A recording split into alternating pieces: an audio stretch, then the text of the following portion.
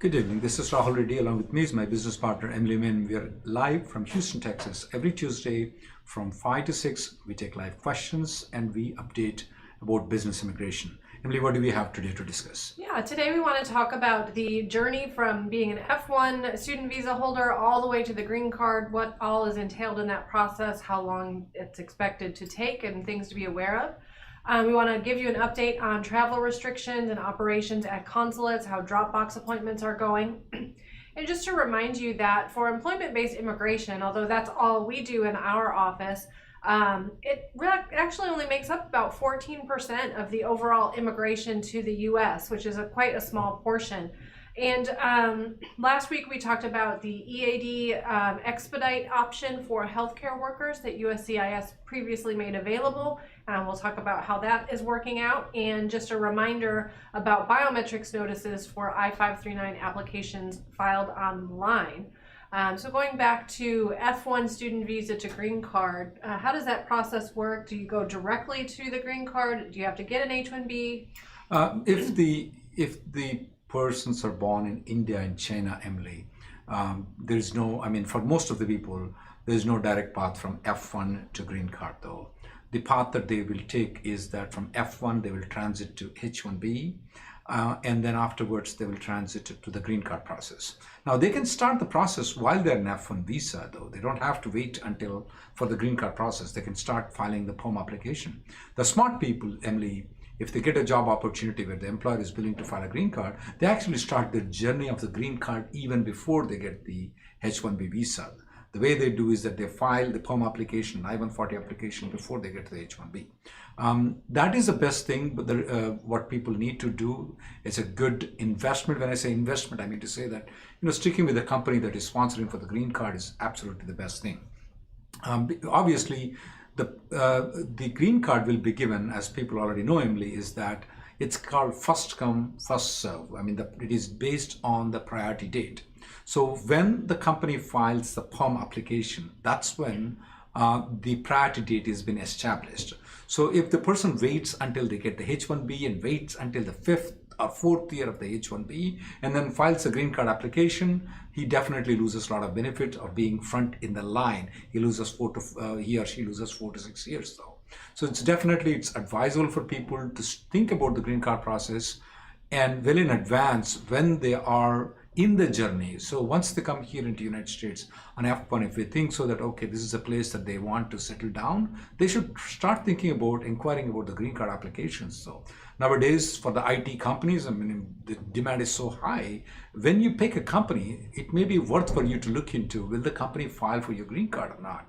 If you have multiple options, which most of the IT people have right now, they should pick a company. Are they willing to do the green card? How long will they have to wait for me to apply for the green card? Is it absolutely necessary that I must have 2 years of experience in United States before I embark on the journey of filing the green card? No, it's not needed.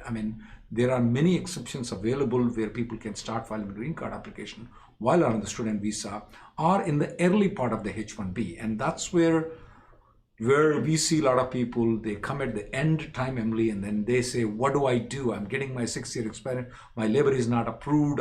I didn't thought the labor will take so much long time to get the adjudication, and they keep crying at that point of time. So my advice to the people is that try to apply the green card as soon as possible. You'll be well ahead of the line. It's a very good investment for you. Any other suggestions you have on that, Emily? Yeah, and because we know the H-1B process is a lottery, we're expecting it to be another lottery this year. And you have, for IT graduates, generally you have your 3 years of your STEM OPT time. If you're waiting, going through the lottery 1, 2, 3 times, and then you finally get selected your 3rd time, and then you're on H-1B for a little while, and then you start the green card process, you've really lost 4 years right there. Plus. Minimum. So to think about that as early as possible, that priority date is so important. We've talked about the reconciliation bill, which is dead at the moment, but it had, in the House version, it had a provision that if your priority date is 2 years old, you're eligible for the green card, regardless of the per country limit and things like that. So for people who did that process during their F1, if they have that option, they would be in a much better position than people that waited until they got on the H1 and then followed the company rules and had to wait more time before they could even start the process.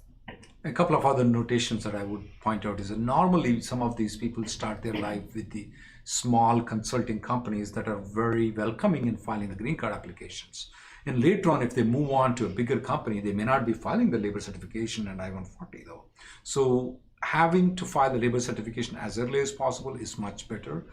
There's an added other benefit also, Emily, that people need to understand is that if you get your I-140 approval, your spouse will be eligible for the H4 EAD. That's a very great another benefit that is there. So the earlier that you get it, the better it is. And I advise all my cousins' kids, I tell them to get the I-140 approved as early as possible. I mean, if I advise my cousins or my cousin's kid, I would do the same thing with other people too.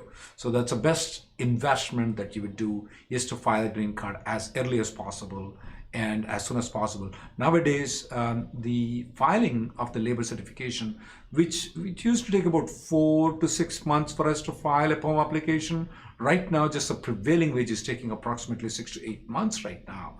And then we have to go to the advertisement. So the process of just filing a labor certification or a POM application is taking anywhere between 7 months to almost 11 to 12 months, and then about 6 to 8 months to get the labor certification approval. And if the premium processing of the I-140, that's another 1 month process though.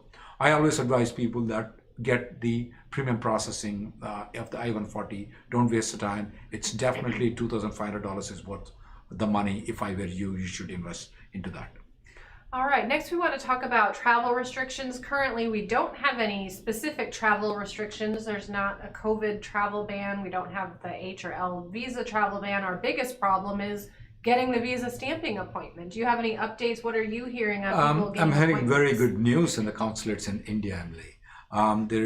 As we have discussed about the Dropbox expanded, Dropbox has expanded to a very great limitation. Now, previously, Emily, as people know that if your visa stamping is expiring in the similar category, you can go and apply for the visa stamping within 4 years after your visa expires. Initially, it was only 1 year. They moved to 4 years, which is actually very good. It was expiring on December 31st, but they expanded saying that it can be 4 years continuously. And not only that, previously when people were moving from H4 to H1, F1 to H1, they were not eligible for Dropbox, Emily.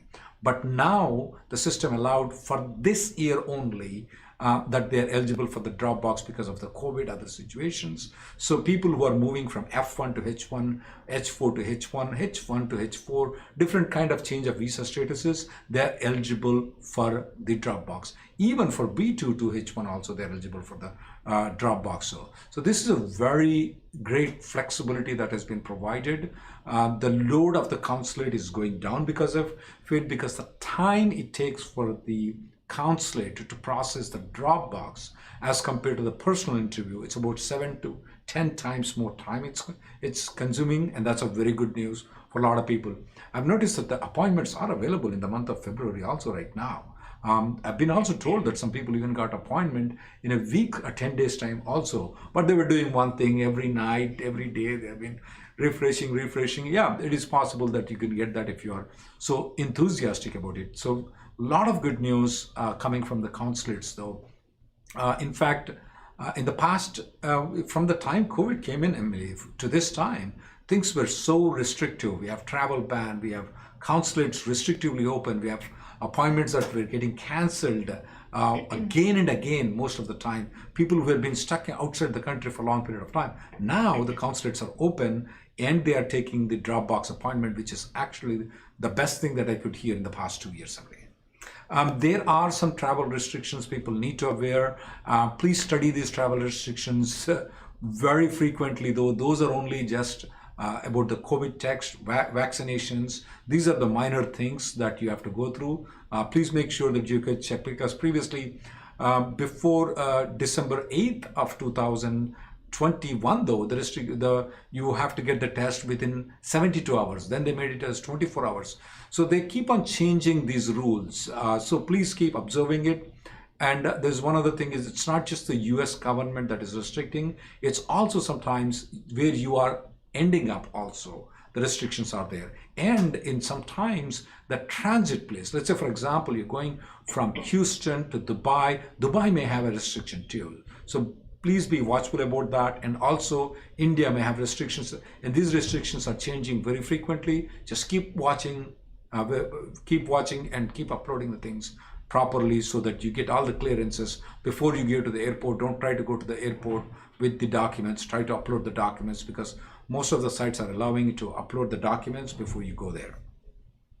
Emily, how many green cards do you know? How much percentage of your green cards you have done in employment based as compared to the family based? Like 99.999%. Well, then guess what? That's not the world that is there, Emily. Even in my case also, it's about the same. I do a little bit more, maybe I do 99 or 98% of the business immigration. About 2% of it is my family immigration though. But Emily, what do the stats say that how many green cards are given to the employment based? So how many green cards are allocated to the employment based? Right, yeah. I mean, generally, the number of green cards that are given out every year, when we're not in COVID years and we're not in Trump years, it's usually around 1 million green cards. And of that, employment-based every year is limited to 140,000. Now, the last 2 years, we did get extra green cards from the family spillover, but 140,000 out of 1 million, that's only 14% of the entire immigration is actually employment-based. And, immigration is always a hot topic, has been for some time in the political realm, trying to get some reform passed, but you hear very little about employment immigration when we're talking about these reforms that we're looking for. The reforms we're wanting are such minor things, but they would create a huge impact if we can finally get them over the finish line. So the issue that pops up, Emily, is that when you read into the number of green cards that are allocated to the family immigration, it doesn't look like 850,000 or 860,000 is going to the family based. However, there are a lot of other secrets in there, because the immediate relatives are not counted in the family immigration technically. There is no numbers allocated to them. It is unlimited. Immediate relatives are parents of the US citizen, spouse of US citizen, children under 21, unmarried of US citizens. They are exempt from the numbers. They don't come in any numbers. So those are some of the things that you don't look into the visa bulletin and find out that information. And there are other things. It's called suspension of deportation that you need to. There are some visas allocated to that. There are some green cards allocated to the U visas. There are some visas allocated to the people. It's called political asylum, where people have some issues in their countries and they're coming here to apply for political asylum. There are also green cards available. Surprisingly, Emily, I call it as good for nothing people in the world green cards, also called as visa lottery system. And if you're not eligible for any of the good qualifications, you're not a doctorate, you're not a H-1B, and you don't belong to the top 10 immigrating countries, though, you apply an online lottery and you get a lottery. And those green cards are 80,000 green cards every year, while the employment-based is only 140,000 green cards every year. Definitely, there is a discrimination there. The employment-based immigration should have been increased because of if you look into the job demand, the outsourcing that is happening because no valid resources are available in this country, definitely need to be done. We know that the Congress is not acting. Next week, we're going to draft a letter for you guys where you can write letters to the administration, because when I look into the INA, Emily, even though the limitation for the green cards is only 140,000, it doesn't say that the family members need to be counted. So we need to request the administration right now to not count the family members. In that way, the amount of green cards will be given to the employment-based will be from 140,000 to approximately around 300,000 that will go. So that's the only thing. While the Congress is just doing nothing, that's the best thing the administration can do. Any other things, Emily, on that? Nope. Next up, we want to talk about the EAD expedites for healthcare workers. That is definitely a positive step in the right direction, as EAD processing times are horrible right now. We were originally unsure how that would work when the EAD is filed along with an H4 extension, for example. You all know the I-539 processing times are terrible, and that combined with the I-765 has been taking forever. And USCIS all along has been claiming that they can't approve the EAD until the I-539 is approved. Well, how are they going to treat those expedite requests? The good news is I can report that we've seen some success for people who called the customer service, went through the expedite process. Both the EAD and the H4 extension were expedited. Both of them got their approval within 1 week in the mail. So that's definitely a good news for people who have long delayed H4 applications, which are causing further EAD delays. And lastly, with the I-539 application, most of you probably file it along with your H-1B, so it's filed on paper with the H-1B. The I-539 is used for the H-4 extension or the L-2 extension. But that application is also used for B-2 extensions if your parents are visiting and you want to file an extension for them, or a change of status from H-4 to F-1 for maybe your son or daughter who's aging out and needs to switch over to a student visa. That application can actually be filed online through the online I-539, but importantly, when you use that process, USCIS sent out a reminder to everyone that they will not mail you the biometrics notice for your appointment for the fingerprinting, because those applications, B2 and F1, do still require the fingerprinting to be done in order to approve those. They're only going to upload that notice online in your My USCIS account, so you definitely have to keep an eye out for it and make sure you don't miss it, because if you miss that appointment, they can flat out deny the I-539 application, and you've got to start the whole process over and worry about what your status is after that point. So keep an eye out for that if filing an I-539 online. Questions that are coming out is Manoj is asking question. My interview is scheduled, but got a call from the USCIS officer saying interview is cancelled. But online says interview is scheduled. Should I attend the interview? No, Manoj, you don't have to. If you got a call from the USCIS, absolutely do not go and attend there. Ravi has this question. How long it's taking for the I-130 approval and F2A consular processing? Ravi, the issue is that the I-130 is taking about 6 to 9 months for the F2A. However, though, the entire processing for the F2A is taking approximately around 2 years, because there's a lot of delay in the consulate, especially in the Mumbai consulate where all these F2As are getting processed. There's a lot of delays in there. Sue Robbie wants to know, if the biometric appointment does not arrive before the date that was provided by Emma, can the application support center still locate the appointment and let us in? I would say 75% chance yes, they can.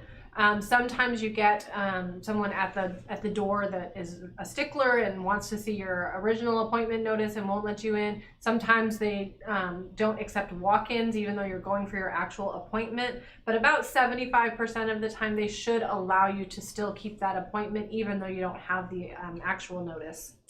Bharat Nagamalla has this question.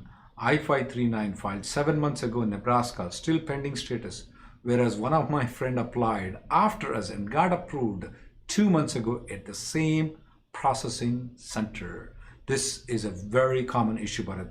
They do not go by first come, first out. They do not go by that. It depends on which officer your file went to. If that officer is efficient enough, then the officer will approve your application faster. If that officer is a lazy bugger, then this is what could happen. Even though it's the same service center, your friend got a better guy, you got a very wrong officer. Tasia says, my daughter's H4 is in process, but her passport expired. I applied for the new one and got it. Do I need to update USCIS? So usually if you file the I-539 application to extend to the H4 status, if the passport is valid at the time of filing and expires later, there's nothing that you need to do. Most of the time, if USCIS wants that information, if they notice it at the time of adjudication, they'll send a request for evidence asking for the renewed passport. But you don't have to proactively do everything to update that passport with USCIS, only if they send a request for evidence. Banu has this question. I've applied 485 using NIW, that's what he meant is national interest waiver. His lawyer made him sign the 485J along with the employer. He's been working with the same company for 10 years. Will this delay? I'm not sure if that will delay though, but I don't know why your lawyer has made you sign the 485J, because the instructions of the 485J are very clear. If it's NIW, that's national interest waiver, you do not have to file the 485J supplement though. But I'm not expecting a delay. The officer will just take a look into it, but I don't think so. That by itself should cause any delay. Manoj has the EAD AP renewal, the second one, in process, and wants to know if I travel to India on H-1B, will my EAD AP application be canceled? Do I need to do something after I am back? Definitely the EAD application will not be canceled. It will be processed regardless of your travel. The AP also should not be. There was a time where USCIS was denying an advanced parole application if you traveled while it was pending. They seem to have stepped back from that. There was no formal guidance saying they were doing that, and there's no formal guidance saying they have stopped doing that. But we have not been seeing those same denials due to travel while the AP is pending, especially if it's a renewal and your first AP is valid at the time you travel. Prashanti Benjugam from Facebook has this question. How long it takes for the green card to be approved once the priority date becomes current? Can I get the green card without EAD? As I was pointing out to the other Nebraska Service Center person, it depends on which officer got your file. If I'm the officer though, I get your file, I'm not going to adjudicate your EAD and AP unnecessarily.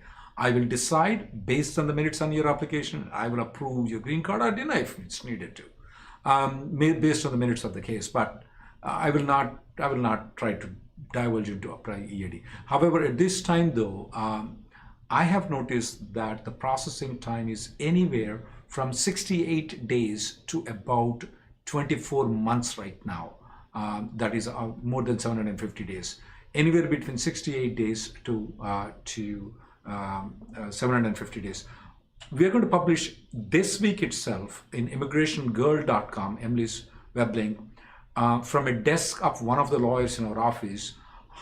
The cases that are getting approved, the pattern, you can see it each month in one particular lawyer's desk, how many things got approved. We're going to publish out when the case has been filed, what's the priority date, is it filed directly or is it filed a downgrade application, which service center got it, which service center approved it. Sometimes the service center changes too. We're going to publish that data this week itself. It will be on immigrationgirl.com. That's Emily's web, blog. Yes, actually I already have the preliminary data posted there right now, and we'll be updating it with the new data that came in today. So we'll be continuing to update that so you can follow the trends there. VJ wants to know, for the Dropbox, my mother's B2 visa expired 5 years ago. Is she eligible for Dropbox? Yes, until December 31st, 2022. So that's the new expansion that's only available for 1 year, that basically says if you've ever had any type of visa previously, then you're eligible for Dropbox. It doesn't matter how long ago that was. Nancy has applied for an H4 and H4 EAD together, but she's a Canadian citizen, so she traveled and got the H4 by traveling instead, and wants to know how to move the EAD application forward. Do we need to inform USCIS? Yes, I do generally recommend with your new I-94 that you got at the border, extending your H4 status, to send that in both to the I-539 and the I-765 application. For the I-539, because that still should be processed, you want them to use your new I-94 number on the approval notice. For the I-539, you can show them that you've already been granted the H4 status, and therefore they can approve the EAD without having to wait for the H4 approval to come through, because that tends to be delaying things. There's no guarantee that they will do that and make it faster, but I do recommend trying. Ashok has this question. I came to USA on F1 and I've been here since 2010. Now on H1B, am I eligible for the Dropbox in India? Absolutely, you are eligible for Dropbox only until December 31st of 2022. From January 1st onwards of 2023, you are not eligible for Dropbox. Only this year you are eligible. Even though your F1 stamping might have expired approximately around 15 years ago, or sorry, approximately around 6-7 years ago, you are definitely eligible for it, for the Dropbox. That's a good news for you and all the people who are in that particular category. Girish wants to know, is filing the first AOS based on the dates for filing chart a bad idea? Is there a possibility that the applicant would be stuck with only the EAD, even if the dates become current? Any other negatives? I really can't think of any negatives to filing based on the dates for filing chart. If you're thinking that you'll run out of H1 time, because they stop giving you H1 extensions at a certain point of time, that's not the case based on the date for filing chart. It's only when the final action date becomes current, then you're no longer able to get those continued extensions unless you filed the 485. But I can't think of any negatives to filing under the dates for filing. You get that 485 processed in early, you get the EAD, you get the AP, you can forego the underlying non-immigrant status if you want to at that point. Kiran Kumar his current H1B is expiring in 2023 with Company A. He got a new job and they filed for the H1B extension, transferred into extension. Can he continue doing 2 jobs? One, the new company, and with the previous company, can he do a couple of hours a week? The answer is no. If you want to continue working for the previous company though, the previous company has to file something called concurrent H1B. If they file a concurrent H1B, you can work for Company B and you can work for Company A at the same time. If not, you cannot work for 2 companies at the same time. A couple of questions on the Child Status Protection Act. Ra wants to know, priority date May 2013, submitted the AOS for him and his 2 kids, and his son is 18. He wants to know, is his son's age locked now? So your son's age is locked when your I-140 is approved and your final action date is current and you have the 485 filed. So if you filed based on the dates for filing chart, even though your son was eligible to file the 485, their age is not yet locked until the priority date, final action date, becomes current. And Laxmi wants to know, will the CESPA apply at the time of the EAD AP or the 485 approval for the child? So CESPA applies basically to reduce the child's age and lock their age in once you filed the 485 and the final action date is current. From that point forward, even if your son or daughter turns 30 before your final action date, before your 485 actually gets approved, their age has been locked as long as they were under 21 based on CESPA at that time. So it's based on I-140 approval, final action date being current, and then looking at the child's age on the first day of that month to see if you can subtract the number of days the I-140 is pending from their age, and is that under 21? If yes, their age is locked from that time going forward. We do have a special video just on Child Status Protection Act on YouTube, so definitely check that out. We go into a lot more detail on that. How reliable are the dates of processing time of USCIS website? I-131, 485, they were moved backward 5 to 6 months this week. First of all, they're not reliable. Thanks for the news. I probably didn't check the processing times right now. I should have checked it. Yeah, they keep moving back. They keep moving back very frequently. That's normally it happens. We have put a link in the in below. If you file a 485, it's getting delayed, please write a letter to the congressman. A draft of the letter has been provided. Sumit Kumar from Facebook has this question: after changing employer, how quickly we need to start transferring or reapplying for our I-140 application? He meant to say to apply for PERM and I-140. As soon as possible would be the best. But if your priority date is recent, I mean, if it's 2020 or something like that, if you're not expecting the prior date to be current, though, you don't have to hurry up and file a labor I-140 immediately, though. You can wait. I mean, you can extend the H-1B. Your spouse can use the I-140 of the previous company to file the H-4, even though you're working for a different company. You can do so. Ritika wants to know, my company will be applying for my H-1B this year. Can I get my first H-1B stamped in Canada? Prior to COVID, that would have been possible if you had entered on F1 and then are later getting the H-1B stamp. If you had entered on a B1, no, it's not an option. But because of COVID, Canada, Mexico, the closed consulates are not even entertaining any third country nationals, so it's not possible to even get a visa appointment right now. Hopefully that will improve by the time you get your H-1B, but for right now, no. Jishan and Krishna has the same question, though. Their visa got refused. Is refusal and rejection is the same thing, F1 visa? Will that make them ineligible for the drop box if they got the visa of F1 later on and came into the United States? The meaning for refusal and rejection are definitely the same. However, though, if you got the F1 refused before and you got it approved later on, they are allowing people right now to do the drop box even though you got the rejection before for the F1 visa. I mean, they are allowing it. Now, it will be selective basis. They can choose not to, but they are allowing to people who got their F1 visa rejected. When they're going for H1B, I've noticed that they are allowing the drop box, but it will be case by case basis. Not everybody will be, but most of the people will be allowed for the drop box. Rods is in a manager position in a functional area, and his company will be filing an H-1B this year, followed by the green card. Can you explain the EB-1C eligibility criteria? Is functional manager enough, or do we need hiring, firing authority as well? So there are two ways to qualify for manager, both for L1 as well as EB-1C. One is as a people manager, where you're actually supervising people and have hire fire authority, and you're responsible for their performance reviews, you're leading the team, that sort of thing. There is another way to qualify for manager as a functional manager. There's a 5-point test that USCIS looks at to determine whether it's a functional manager. The function that you're managing has to be there has to be a specific function, and it has to be critical to the company. It has to be a very important function.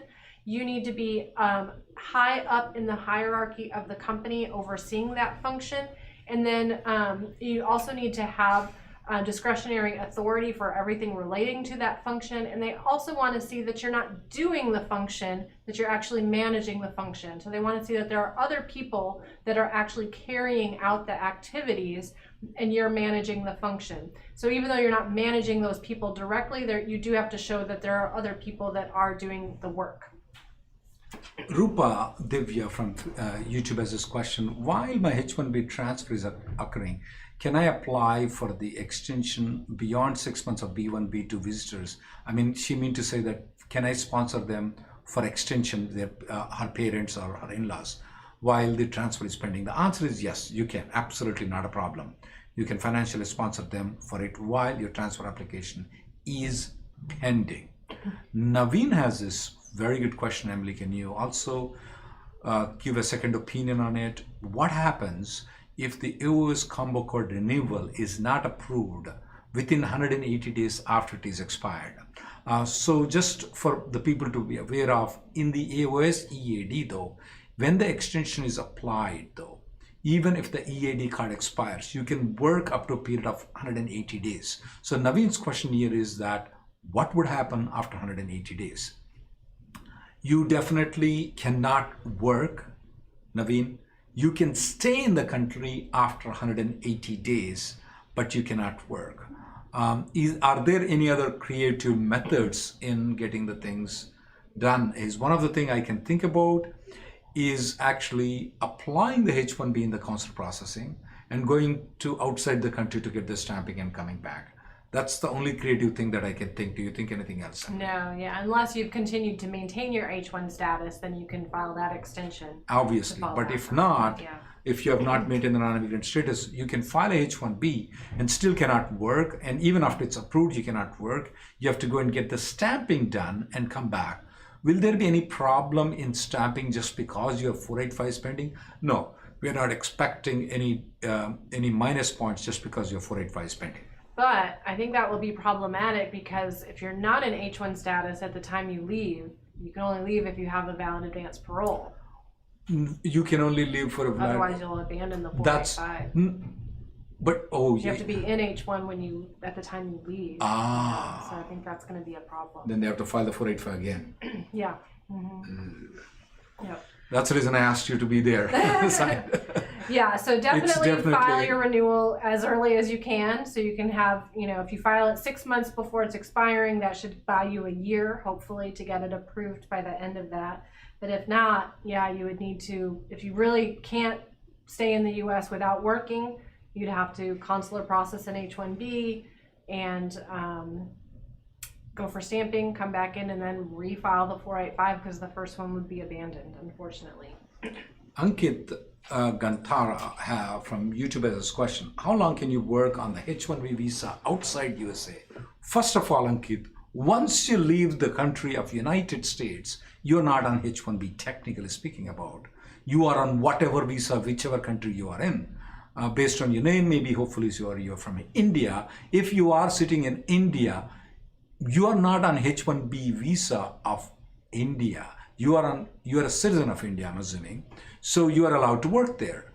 The US government or the Indian government or any other government that I know of, they do not recognize cyberspace as a space.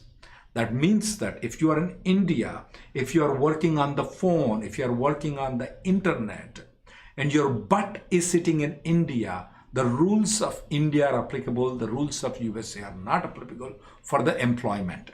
So you are not under H-1B, you are an Indian citizen though. So you can definitely work in India because you're an Indian citizen.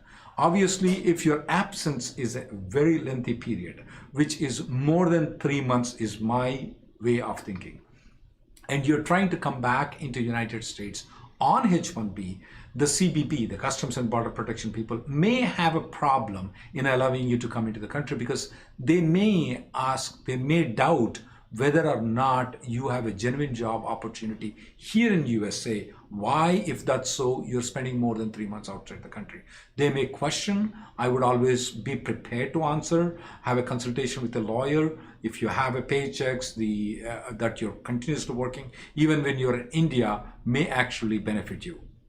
Junu has an employer that filed the H-1 extension last May, and it's still not approved. The 240-day rule expires April 15th and wants to know, can I work beyond 240 days if I don't receive the decision, or will I be out of status?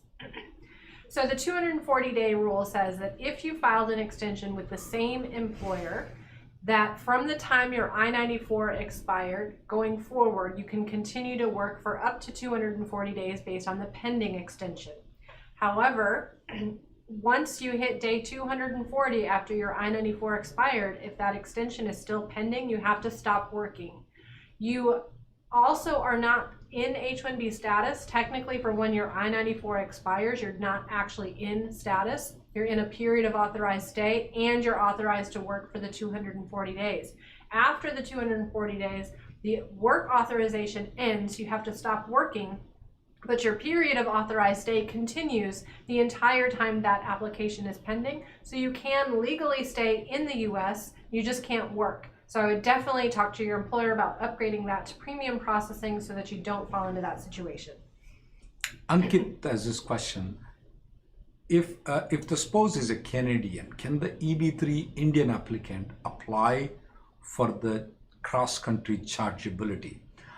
Your spouse must not only be a Canadian national, she must have been born in Canada though. So if she has acquired the citizenship at a later date, she cannot be considered Canadian for purpose of the green card application. This is a lot of people will come to me and say, hey, can I get the citizenship of another country and actually benefit by claiming that I'm not an Indian. It is on the birth what you have that will count for the purpose of the green card though. Otherwise, I'll tell all my clients, just pay $10,000, get a citizenship of another country, and then apply for the green card. Believe me, the line will be to all 80% of my fellow beings will go and pay the $10,000 and get a citizenship. Yeah, there are countries that give for citizenship for $10,000. I'm not speaking illegal; it's completely legal to do so. But that doesn't change for the sake of the immigration purposes, though.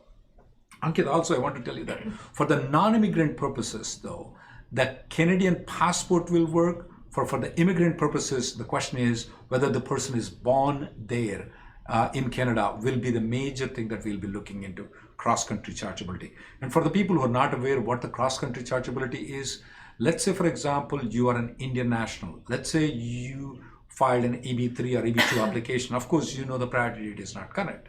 If your spouse is born in some other country other than India, most probably if it's not China, if it's some other country, you can use your spouse's country of birth for the purpose of filing the 485 application. Now, even if they don't have the citizenship, for example, people who are born in United Arab Emirates, they don't get the citizenship by birth. And the same thing with Saudi Arabia and some other Middle Eastern countries. So you can use that person's country of birth. So if your spouse is born in UAE and you are from India, you can use UAE as a country to file the 485 application. That is called as cross-country chargeability. Rakesh wants to know, can I know if a candidate with a green card EAD can work 2 full-time IT jobs? Yes, absolutely. Once you have your GC EAD, you can use that to work multiple jobs. You do have to continue to have a job that supports the green card. So it has to be the original employer that sponsored you, or you've used AC-21 to move to a new employer that's in a similar job as to what you were originally sponsored for. But you can take on a second job in any kind of industry, any kind of job you want, and do that at the same time. Hashwat Goody from YouTube is asked question. Do you mean to say we can file for green card even in college, or only after the job in OPT? Good question. No requirement that you must be an OPT to file the green card. No requirement that you must be working for the company. Absolutely not there. While you are on a student visa, even if you don't have an OPT, you don't have a work permit, and you are not working for the company, can a company file for the green card? Yes, the answer is you can. NKIT has a 485 filed and the date is retrogressed and wants to know if a person changes jobs, what is the process to submit the 485J for the primary applicant and the dependent? So the dependent does not need to submit anything. There's no 485J requirement there. For the primary applicant, you would work with your new employer to complete the 485J. It does require the new employer's signature as well as your signature. And then you could work with the new employer's attorney to submit that to USCIS by signing a G28, allowing them to represent you going forward. You can hire a different attorney than what you filed with in order to get that done as well, if the company agrees to that. Either one is fine, but you just mail it to USCIS. They'll usually send a receipt notice confirming that they've received it, and then at some point they'll approve it once they verify that the jobs are similar. Too many questions on the Dropbox. Let me tell you again. If your visa has expired 7 years ago, and you want to apply for the same visa in Indian consulate and your previous visa was issued in India, you are eligible for the Dropbox. If your previous visa is an F1 and it expired 7 years ago, and now you're applying for the H1 visa, are you eligible for the Dropbox? The answer is yes, you are. So please, there is no requirement that it must have been expired within 4 years. That has been taken off until December 31st of 2022. Practically anybody, B1, B2, F1, H4 visa people, they are going for H1. They are eligible for the Dropbox. This is a recent development. So I know that a lot of questions are coming in. People are telling my visa expired in 2014, mine expired 7 years ago. As long as you had any visa, I mean F1, B2 and H1, H4, you are eligible no matter when it expired. It doesn't matter, no matter when it expired. Sid wants to know if the primary applicant got the green card, but the spouse received an RFE for the birth certificate, and then the priority date retrogressed by the time of the response. Does it mean now the spouse has to wait for the final action date to become current, or was a visa number allocated at the time of RFE? It could go either way. I do see from time to time someone's 485 getting approved even though the final action date is not current anymore because they did previously assign that visa number. But there's also cases where they didn't, and you have to wait until the final action date becomes current again. I don't know if there's any way to find out about that other than maybe working with your congressman's office. But yeah, it really could go either way. After original visa got revoked, can we be eligible for Dropbox or a new visa? Revoked. The rejection is different. Revoked is different though. Revoked means after the visa has been given, then based on the changed circumstances, they will revoke. If its visa has been revoked though, no, you're definitely not eligible for Dropbox. You should consult a lawyer before you make an appointment if the visa has been revoked. People are asking with regard clearance received, will that be eligible for the Dropbox? Yeah, we have not seen any problem for the people clearance received. We haven't seen any problem for that. They're still eligible for Dropbox. Gary says, if one stays with the sponsoring employer after getting the employment green card, is it true that the job title should be changed to the one that was listed on the perm for the permanent job offer? Well, common sense says yes, and that would make sense assuming that job offer is still available. But remember, AC-21 allows someone to change employers before the green card is even issued and move to a completely different employer. There's no requirement for those people to go back to the old employer and work in the job that they were originally sponsored for. So if you can already change jobs without even getting the green card, I think that it's reasonable that you could change jobs after you get the green card as well, even within the same company. A lot of questions are coming with regards to how the processing of the 485 is occurring. Emily has published an article on January 7th. I want you to watch it on immigrationgirl.com. She has given on the immigration lawyer's desk how many green cards that were being filed on or after October of 2020, how many of them are approved. And she's going to keep on updating it every week. So it will be every week updated on how, what the timings, what things are going on. It's going to be a very good source of information for you though. It's at immigrationgirl.com. Sam wants to know, can I travel internationally on my H-1B visa if my 485 is pending and also my I-131 is pending? So the I-131 is for the advanced parole. For H-1B, H-4, L-1, and L-2, there's a special provision that allows you to travel without waiting for the advanced parole and not abandon your 485. So yes, you can, if you have a valid H-1B visa stamp and you're in H-1B status at the time you exit and you come back in H-1B status, you will not abandon your 485 even if you did not have the advanced parole or your advanced parole was pending. Pavani has this good question though. She has been working on H-4 EAD valid until September 2022. Until the H-1B got approved, and now she moved to H-1B. Can she move back to previous H-4 EAD? Yes, that's an easy yes. There are two things you can do. One, you can come and pay me the money for H-4 plus EAD and plus the filing fees, and it will take approximately anywhere between 4 months to about 12 months to get the H-4 EAD. There's another easy way, Pavani, that you can do. You can go to Mexico, have a margarita, without paying any money to me, without paying any money to Reddy Neumann PC, no filing fees. You come back. When you come back, you tell the CBP officer you're coming back on the H-4 I-94, which you already have it. You tell the officer that you're happily married with your husband, and they will allow you to come in on H-4, and you can continue working on the EAD. Which options do you do? It takes 4 months to 12 months to get a lot of money with Rahul Reddy, or you go to Cancun and have a margarita and you come back and you get onto the H-4 EAD. Pick your option. Speaking of H-4 EADs, Manoj says, what happened to H-4 EAD delays? Why isn't anyone caring about it? It only takes an hour to approve one application, but it's taking 6 to 18 months to process. Yeah, we are definitely aware of the continued delays there, and we are still working on it. We do still have a class action lawsuit that is seeking to get those processing times down. We are hopeful that we'll see premium processing coming soon. We do have that regulation proposal submitted to the OMB for their review in December, so hopefully we'll see that announcement in the Federal Register. But yeah, we're definitely still seeing the problem. We do also have expedites that are available for healthcare workers, so that is seeing some progress.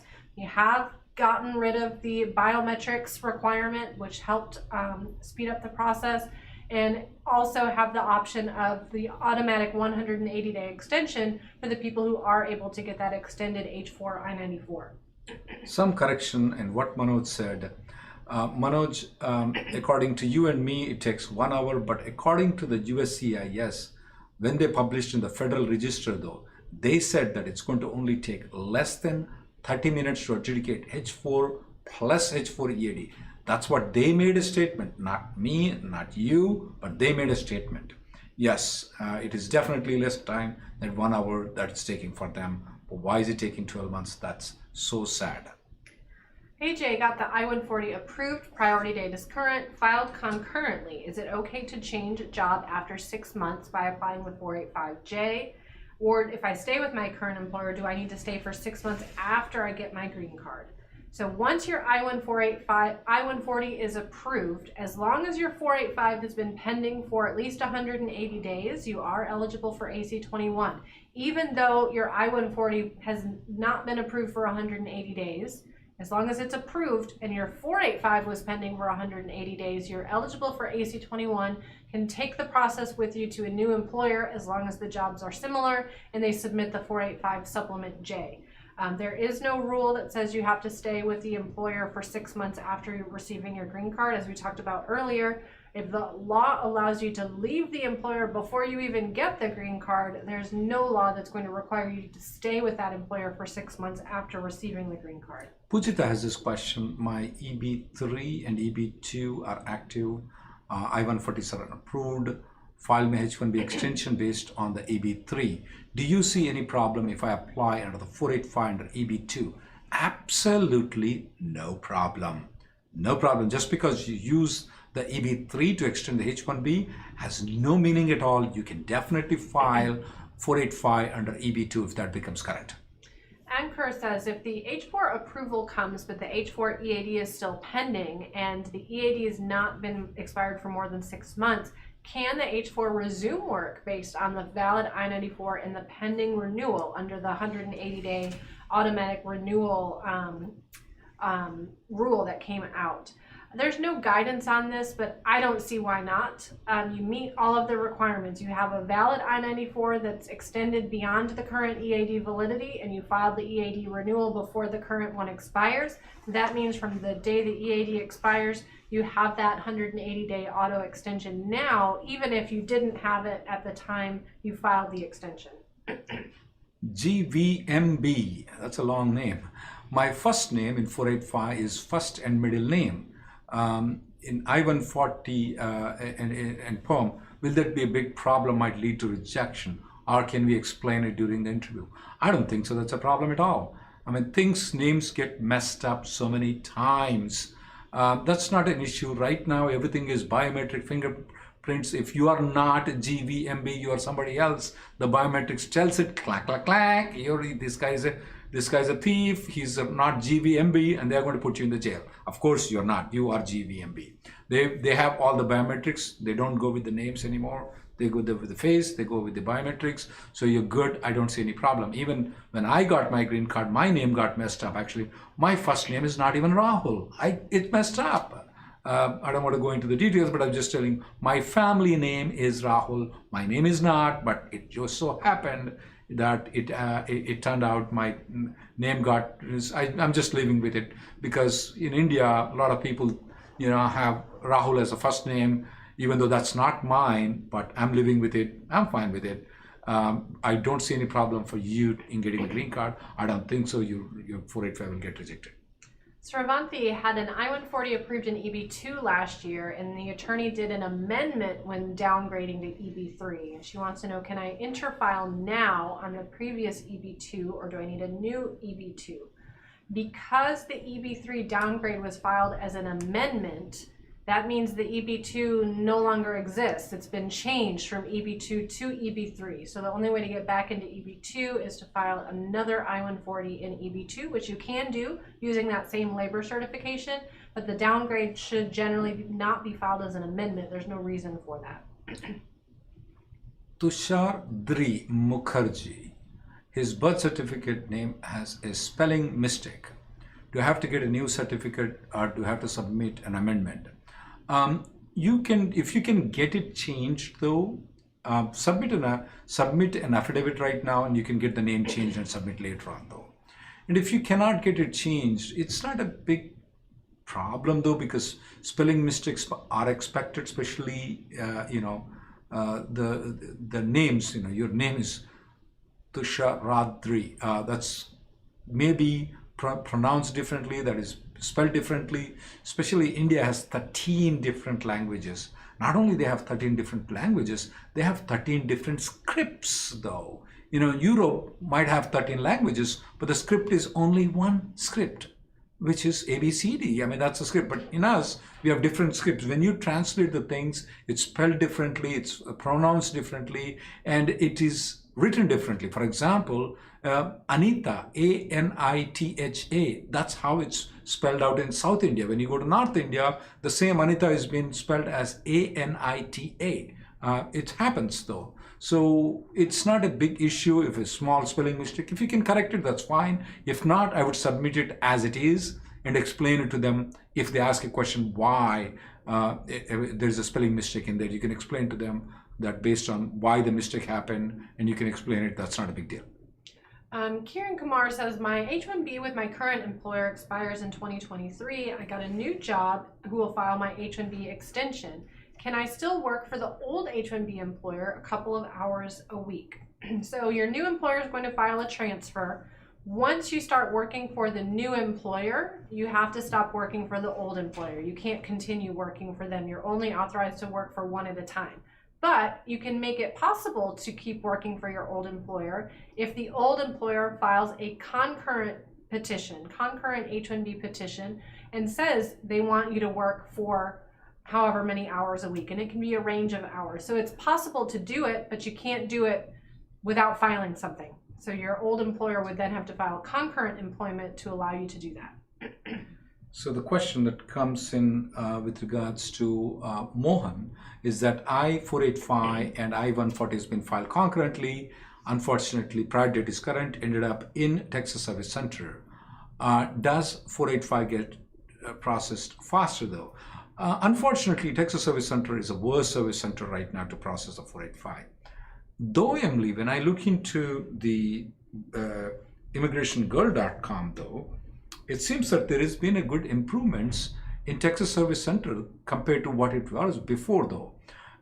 So quite in the month of December, in the month of November, we see more Texas Service Center getting approved though, which is actually a good news though going forward though. The number of applications that are pending in Texas Service Center is definitely high, but if we go back to June, July of 2021 though, and coming back to the current right now, definitely Texas Service Center is doing much better than what it was. Hopefully so, they increase the amount of adjudications and they will get better. But at this point of time, with all the stats though, Texas Service Center is the worst service center. There's nothing you can do about it. And there's other people who are asking question, my case has been pending for 4 months and I haven't received the biometrics from Texas Service Center. Is there anything that we can do to expedite it? No, we don't know of any way to expedite your biometrics. Sumit wants to know, after changing the employer, how quickly do we need to start the new I-140 or have that applied? You already got that one? All right. Well, then I guess Arpit has this question. My wife is stuck in India, visa appointments. Can there be any emergency appointment because of family separation? First, Arpit, you have to make an appointment, then request for the expedited thing though. Arpit, the one thing I can tell you that if she's coming first time into United States, she's not eligible for Dropbox though. If she's had a visa before, she's applying again, she's definitely eligible for the Dropbox though. I have noticed that there are some people that are there, every time they're doing refresh, they are getting the appointments pretty quickly. You may want to try that though. Anything else, Emily? I think we're about out of time for today. Thanks so much for joining us. We'll be back again next Tuesday. Please be sure to subscribe to us on YouTube, or if you're watching on Facebook, subscribe there so you get all of our videos, and you can check out immigrationgirl.com for the latest data on the 485 processing trends. Thank you.